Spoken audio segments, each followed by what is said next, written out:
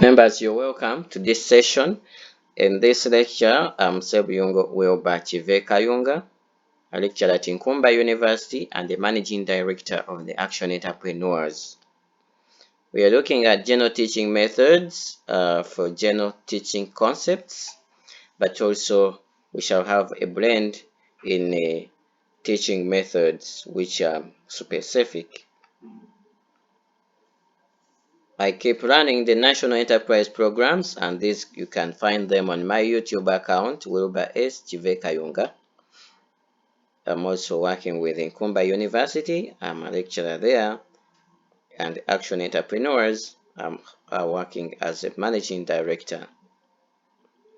So we're going to look at general teaching methods with our introduction here, and in this lecture and these lessons we're going to look at various strategies and approaches that you can use as an educator in facilitating learning and education in institutions of higher learning and secondary schools, and even in primary schools or kindergarten. So they are cross-cutting, and these general teaching methods involve a wide range of approaches which you can use in teaching and learning.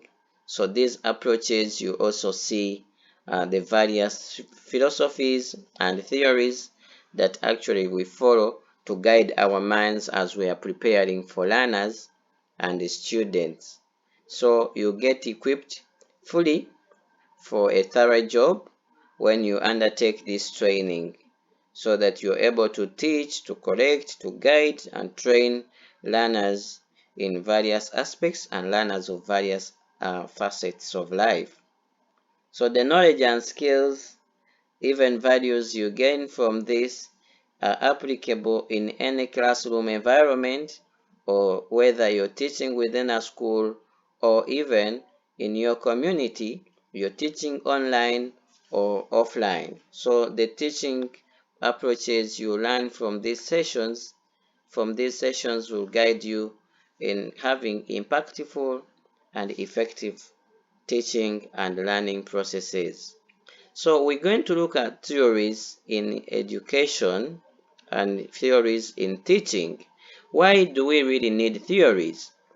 We are concentrating on theories because the other word for theories is thoughts or perspectives. So a theory is a thought or a pattern of perspectives that a person has for undertaking a certain activity. So what we do and how we act is widely dependent on how we think and how we perceive ideas about what we want to do. So our actions are actually guided by our perspectives and our thoughts. That's why we have theories, because we act basing on the theories that we have about the concept. So the way we do, the way we act, and the way we carry on activities and their approaches is widely dependent on how we perceive what we do. So these perceptions are what we've packaged here as the cognitivist theory and other theories. So the cognitive theories, theorists believe that the mind needs to be guided in order to develop thinking abilities and reasoning. So cognitivists believe in developing the learner's ability to deeply think and also ability to reason out matters. So to generate knowledge, one has got to think deeply and also has to reason. That's the perspective of the cognitivists. So the person is believed to have learned.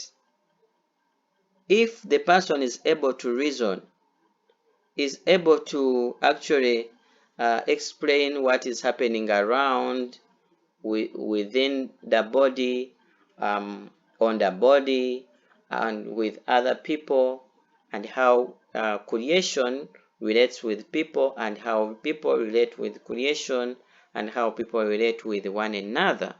So the cognitivists are drawing the mind to get knowledge through deep thinking and reasoning. So that's why the person's mind is helped to remember knowledge.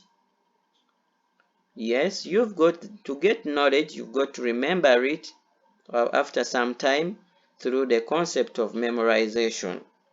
So the instructors of the cognitivist theory are always influencing the learner to acquiring knowledge and new ideas, memorizing these ideas and not forgetting them. So problem solving is seen as a learner being able to develop new ideas, or is also able to remember the existing ideas and reasoning out these ideas in various situations and various conditions. So the teacher here views the learner as one who is ready to receive knowledge and receive ideas. So the teacher imparts the ideas to a learner so that the mind is developed to have knowledge, understanding, and and be able to reason out matters. So this is the cognitivist theory. So the cognitivists have approaches which are like you have to memorize. You can have songs sung, you can narrate a story, you can present your idea, your stories, and you can also recite what has been taught, and re-narrate what has been taught, so that the concept keeps running in the mind all through. Even situations can be changed to enable the mind to adjust and reason basing on the changes in the environment and the changes in the situations. So the champions of this, the cognitivist theory, is mainly Jean Piaget, or even others also complemented it, but Jean Piaget is a fundamental figure in this. So you see that the intellectual stages and changes in the intellectual stages basing on ages, ranging from sensory motor, and then the other corresponding stages of intellectual development according to Jean Piaget tell you that as a person grows mentally, the person grows physically, also grows mentally. So even knowledge that can be imparted in kindergarten, the language used and the approaches used can vary from those of primary school, and those of secondary school can also have a variation in approaching, so that you are effective in nature. So the mind, as the person grows physically, even the mind can grow, can grow in line with how the body is growing. So elderly children tend to master concepts a little faster than little ones, though all those depend on the situations around the community and the approaches of the teacher. But it is studied that as a person grows physically, even mentally, the person grows. So the cognitive method focuses on making learning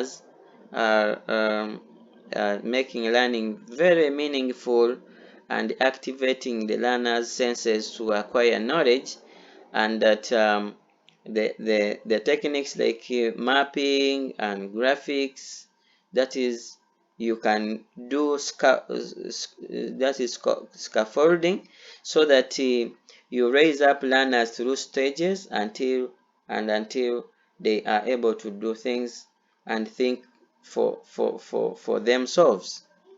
Though cognitivists believe that the mind is a vessel that should be filled, there should be some extended awareness that we need to embrace aspects such as ability to enable self-thinking and self-reasoning, so that the mind does not be conditioned to think that concepts will be coming from only the teacher, as is the teacher that knows it all, but the concept that learners cannot actually excavate or mind by themselves, then the teacher can actually guide and cause the mind to think about such aspects, so that the mind is grown with the knowledge, and the adequate knowledge is imparted, and the mind can remember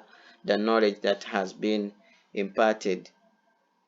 So it is very relevant to have the senses, uh, so that these senses acquire what we call new ideas, and and then the mind can also perceive these new ideas, and be able to remember the new ideas through prompting the mind to get engaged into challenges, or which are created to to prompt the mind to think deeply and develop reasoning. So puzzles, those aspects of gaming that challenges the mind, and that brings about the mind to think deeply, are actually engaged and involved in the lesson. The teacher also enables this theory enables the teacher to create changing content which is challenging, prompting the learner to deeply think and critically think about a scenario and explain the connectivity of the idea. So it also enables learners to interpret and reason different environments, so that the mind grows from simplicity to complexity, but with a progression.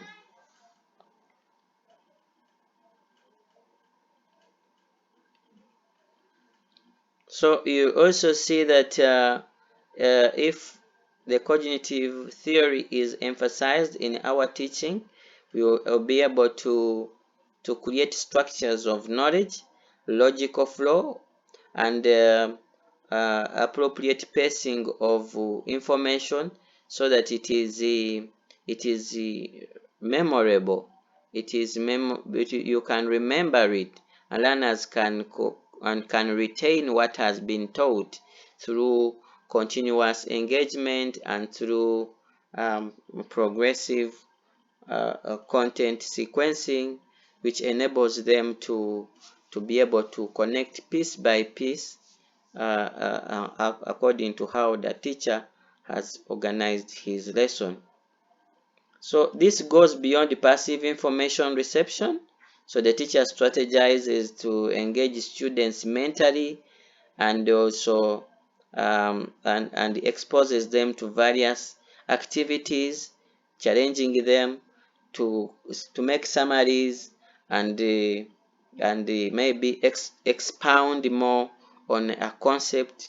All those are done with the perspective that learners have got to grow mentally by thinking deeply, thinking critically, remembering what has been the concepts which have been shared with the learner, and also the teacher goes ahead to do the questioning, and you question learners so that they reflect more on what they have been thinking, and then they can also question back in that dialogue or that discourse. Learners actually grow mentally and can develop explanations, descriptions, narrations in speech, in writing, and also in conceptualization of what you're tending to teach. So here we have another another theory, which is the behaviorist theory. In the behaviorist theory, we say when we do, that's when we practice, we learn. When we are involved in any activity, we are in a lesson. So when we are doing, we are learning. When we get involved in activities, we are actually in an active lesson. We do not need to have a teacher holding a piece of chalk or is on a whiteboard and is here teaching. So when we are involved in an activity or what we do when we are doing, we are actually actively learning. And so knowledge, skills and values are actually attained more in active involvement and participation in activities other than simply hearing about what someone is saying to us. So behaviorists believe that in doing and taking action, we learn much more than and we even learn more to think deeply than just simply hearing what others are telling us. So what we have been told, possibly we need to do about it. We need to practice it. We need to have some items and some products we have to put up so that we are able to do. Yeah, when we continually do and do again, we develop a character and develop a behavior. So you rather take an action of what should be done than simply discussing or talking about it. So if you do, you go ahead putting into practice, then that is actually learning. So if learning has taken place, then there should be an incremental change in character and practice of the person, and then the person should have received attributes such as confidence, kindness, justice and mercy, and the skills to produce real items, skills to deliver services. So that's why in here we say that if we want to prove that learning has taken place, then there should be a change in behavior, a change in action, which change should be an improvement from the previous, and an incremental change which tells us that there has been a continuous improvement in the way the person speaks, the way the person acts, and the way the person actually is performing in the community where he is to go after a lesson. So there is an emphasis on the importance of enforcement and feedback from the learner, so that we know that what has been taught, then the learner can also do. So all our teaching approaches are designed in such a way that learners are engaged in activities such as project work, they can do field work, they can go for trips, so that they can be able to see and are able to do and are able to interact what we are actually teaching. Because by the end of the day, when learners are going into their communities and they are sunk into there, then they should be able to do, they should be able to cause things change, they should be able to improve on what is happening in their communities through action and through practice. So if we not cause that in education, then possibly we are not doing enough, because education should help people to think, to speak, to act, and to improve on what is happening, improve on their thoughts, improve on the actions, and improve on the way we speak through continuous improvement. So the relevance of the behaviorist theory is that it helps us to focus on behavior and conditioning learners for results, and improving their practices. So learning has not yet occurred unless the learner can practice or change behavior to live better. So it also promotes production and service delivery, where the learner can, within the school setup or the education institution setup, is able to produce and act a service or do take activities that reflect that when the learner is delivering the service, then he can deliver it better. That's why we see the marketplace can be brought into the school, so that learners learn to speak to one another with that humbleness of retaining a customer, and manage the finances they get from little sales, and also to manage the entire enterprise within the school setup. Learners are also drawn to debates, poetry, and they are encouraged to getting engaged in school politics and the economics, even in the social welfare of the community through planting trees, active planting of trees, through collection of garbage, and health behaviors such as taking care of their colleagues who are getting sick, and then and helping them out. All those can be attained in the school. If they are not cultivated within the school environment, then possibly we cannot cause learning to be fully attained. So the behavior should be attained in the students' day-to-day learning within their school and also outside the school. So what we do and what is actionable is actually a lesson. So what should the teacher do? The teacher in this should have to cause learning through practice to actually take place. Then we also have the constructivist theory. So in the constructivist theory is from the word construct, which means to actually build up a body of knowledge and skills.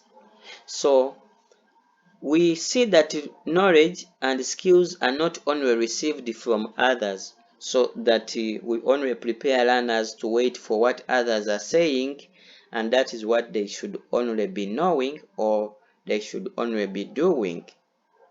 So constructivist theorists, we believe that knowledge is not constant and is not stagnant, or it is not just fixed. It is flexible and it is incremental in structure. So knowledge can be increased through building it up, and also knowledge can be discredited, and if it does not work out well, and also a skill can be developed.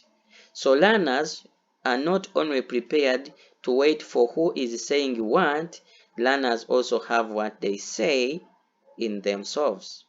So what do we do? Learning is actually a build-up of new knowledge.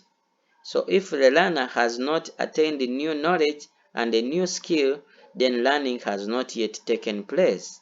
So what do? We do a construction of knowledge and do a construction of skills and a construction of values in the learner.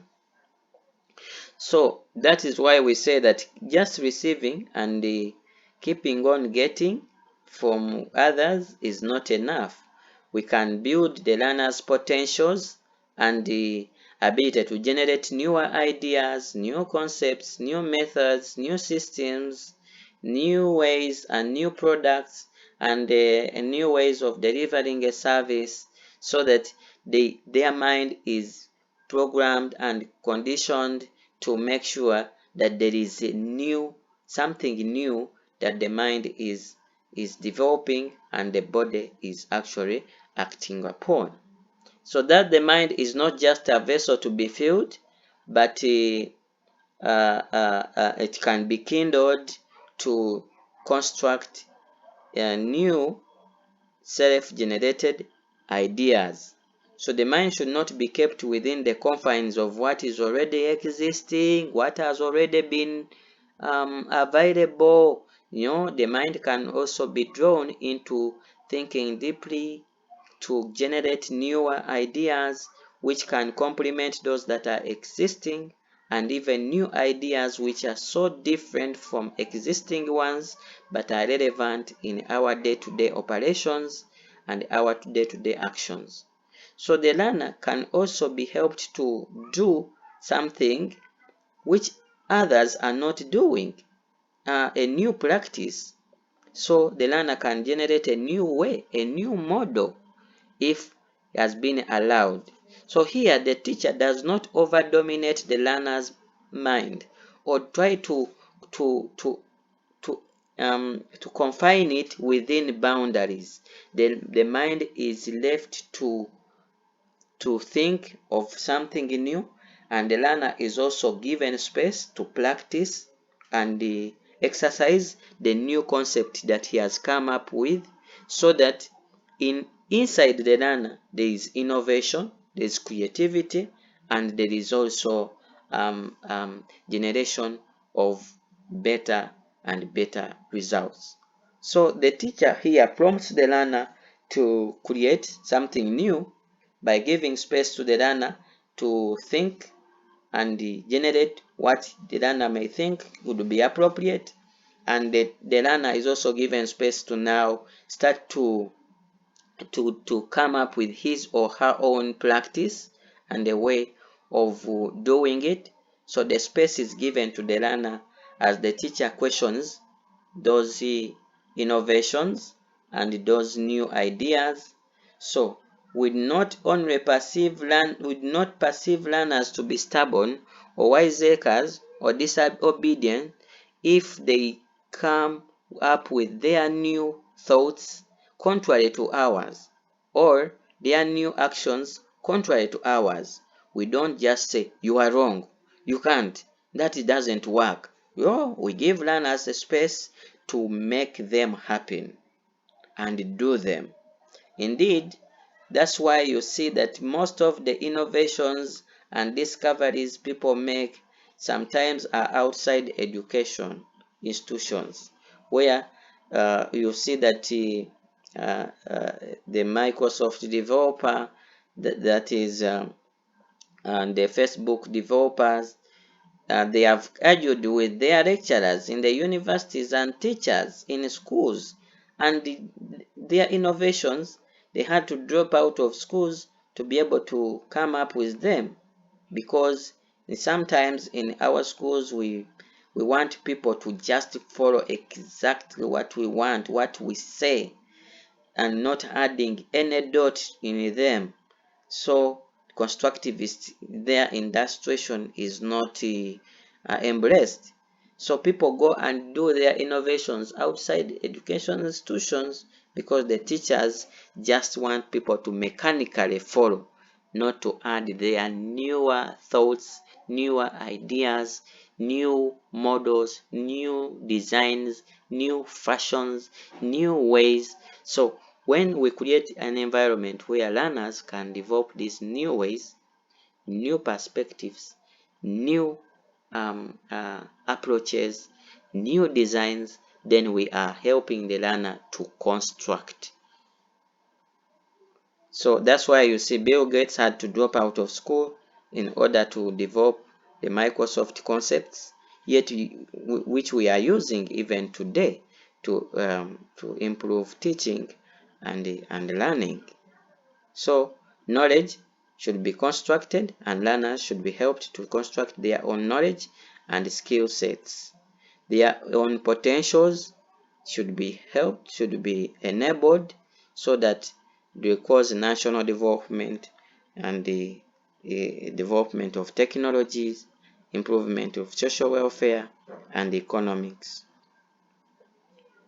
So the relevance of the constructivist theory cannot exceed beyond creativity, developing creativity and innovation, enabling learners to develop their own thinking and their own abilities and their own practices. So we can now see that learners get informed of their own ways, and they also get informed to discover better ways of putting up their own assumptions and their own ideas to build up a body of skills and a body of knowledge. So it is learner centered. So constructivist theory will enable us to to concentrate on helping the learner to develop projects and to be collaborative and make inquiry-based learning, so that the mind is not confined. When we confine the mind in education, it's like trying to enslave the mind. Then it also programs the learner to actively learn. So engaging students in hands-on activities, projects, and problem solving will promote them their active construction of knowledge and skills. So help learners to differentiate. For example, differentiating pieces between ideas which are not connecting with ideas which are connecting, differences between items through practices, and seeing how one connects with the other to form a whole. So here, let us look at another theory which we call the social constructivist theory. The social constructivist theory is drawn right from the constructivist theory, but touching the social aspect, which social aspect means that we are connecting with one another and collaborating with one another in constructing knowledge and skills. So many can be newer ideas and newer products. So we can now develop many newer ideas and newer products and construct them. But in a solitary environment, it can be limited. When you are an individual and you're doing it, yeah, you may lack one way or the other idea. But when you are in a social environment where there are others, then you can have more ideas. So when you cannot do something better in one way or the other, does not mean that you are a failure. There is someone either in the community where you can go and inquire on how you can improve, or there are other people who have done it before or are doing it, so they can lend you ideas, and they can also question your approaches to improve them. And then so in we are not living alone in the world. The world has many people. So the social constructivists are saying you can now borrow or learn from others, and even others can question your approach or your action or the way you have designed your thing, and enable you to improve it, which you wouldn't have got when you are alone. So that's why you see that in some companies, when someone has developed a product, will take it to the community to test it, to question it, and afterwards would advise that if you had added this, it would be better. I would have used it better if you had made it to look like this. Then, so that can be got from a social environment, which you need to allow learners to generate ideas between themselves, and through that is through group working, and learners themselves think about something together and help each other to work on the concept as a team. So students have their own practices and their own thoughts, which the teacher may not even be knowing. But so when they get together, they put together their thoughts and organize them in order, and then be able to develop a concept, or even able to develop a product or an item. So the teacher creates groups, social groups, where learners can do what? Can actually be able to discuss, to agree, and make arguments, debate with one another until they conclude with what to be done, and then they can come up with an item or a certain presentation. So here group work is emphasized, and the guided discovery. Yet in constructivist theory, there was more of self-discovery and self-practice and the project working. Though even in social constructivist theory, there is uh, um, project work. We can go in the field, we can have field work, but as a group also.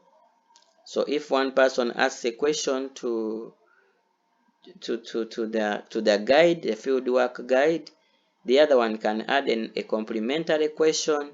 Then we collect a body of knowledge and be able to collect more data.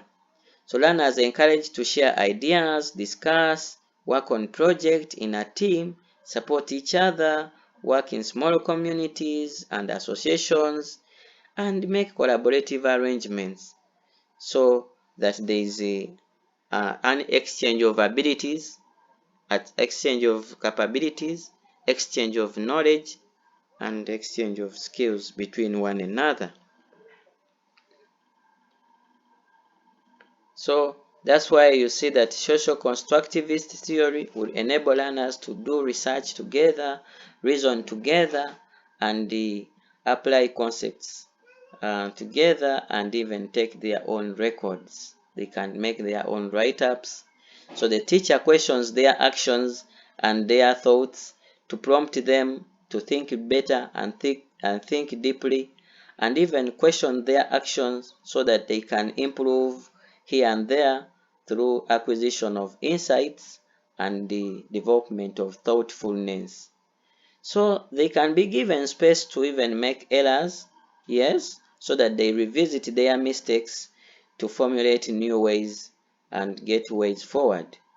So this is a learner-centered approach where we treasure collaborative learning and project learning, and making sure that the learner can make inquiries to improve on the learning process and improve on self-knowledge, self-knowledge, self-skills, and self-values.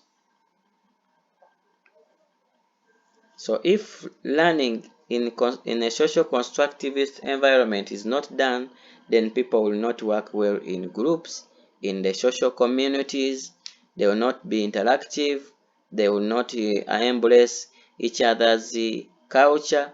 They will not accommodate criticism, and they will not improve their services based on other people's desires and needs. But in a social environment, then learning can be collaborative and can be achieved in an environment which enables one to learn from others, and also share what he or she knows with others, share skills with others, and build up something better.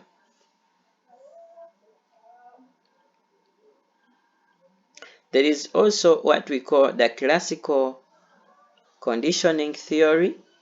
In classical conditioning theory, the mind can be conditioned. What do we call conditioning? Conditioning is like programming the mind to act a certain way, or to guide the mind to behave some way. So there is continuous pattern followed, the pattern is followed, and when this pattern is followed again and repeatedly, the person gains some characteristics or habits, and which later on builds into a behavior. So this classical conditioning theory is borrowed right from Ivan Pavlov's experiment of the dog, where he kept giving the dogs food in a cage, at, for example, time at 4 p.m., as he would ring a bell and give the food to the dog at that time. Ring the bell on another day and give the dogs food at that time.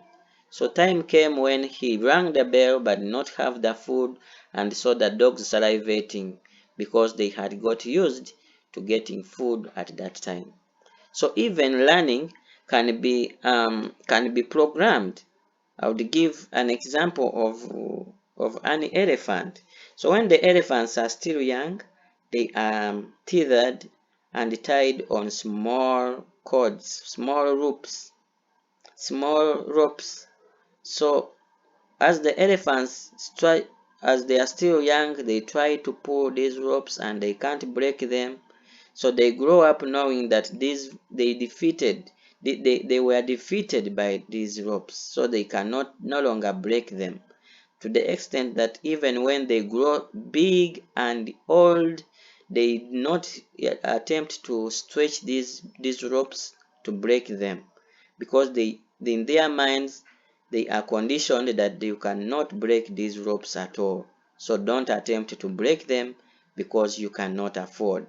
Yet at an elderly age, when they overstretch, they can actually break, but they keep within the circles and up to the length of the cords without attempting to break them, because their earlier experience is that you cannot break this cord since your childhood or since your young age. So even learning can be programmed. People can be programmed to act a certain way. So people can be programmed to just like one would program a computer to to do some activities. So the mind can be patterned, and actions can also be patterned. What causes the mind to be patterned is through continuous engagement on, and the person does that activity again and again. If it is good, the person will do that good activity again and again. If it is bad, the person will also do that activity the bad way again and again, and will think that is the way to do it. So just like one can plant hatred, beggary, even solution making, innovation, and creativity can be planted through conditioning. So this widely depends on the conditions and the environment that we create around the learner. So learners learn more in seeing and through observation and direct participation than we can ever imagine. They learn more in that. So people who are who they are because they have been conditioned to be like that, and people are who they should be because they have been conditioned to be like that. And some people are not who they should be because they have been in situations that are drawing them into what they should not be. So we condition and program our learning environment and our classroom, our school environment, and put some regularities and regulations to guide learners to act some way. If that way is right and proper, then learners will be drawn in a right and proper way. If the way is so enslaving, the learners will also be enslaved and made to believe they cannot be creative. Someone else who can be creative, they cannot develop technology. Other people are the ones who can develop the technology. So this is very important. The classical conditioning theory, it is widely dependent on the teacher. That's why we say education can enslave or set people free. Can make people think they cannot do, can also make people think they can do, depending on how it has been organized.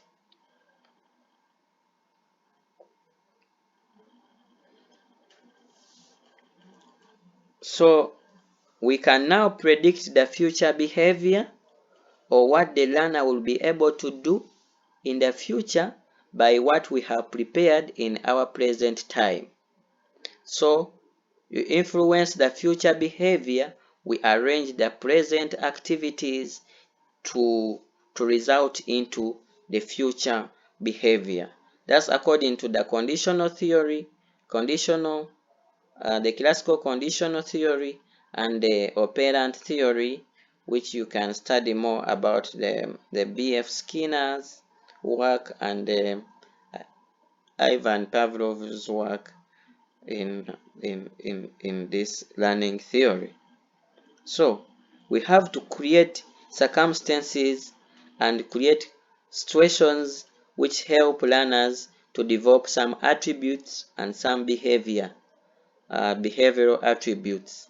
Otherwise, if we do not program the environment and our content so well, then we cannot achieve some learning outcomes.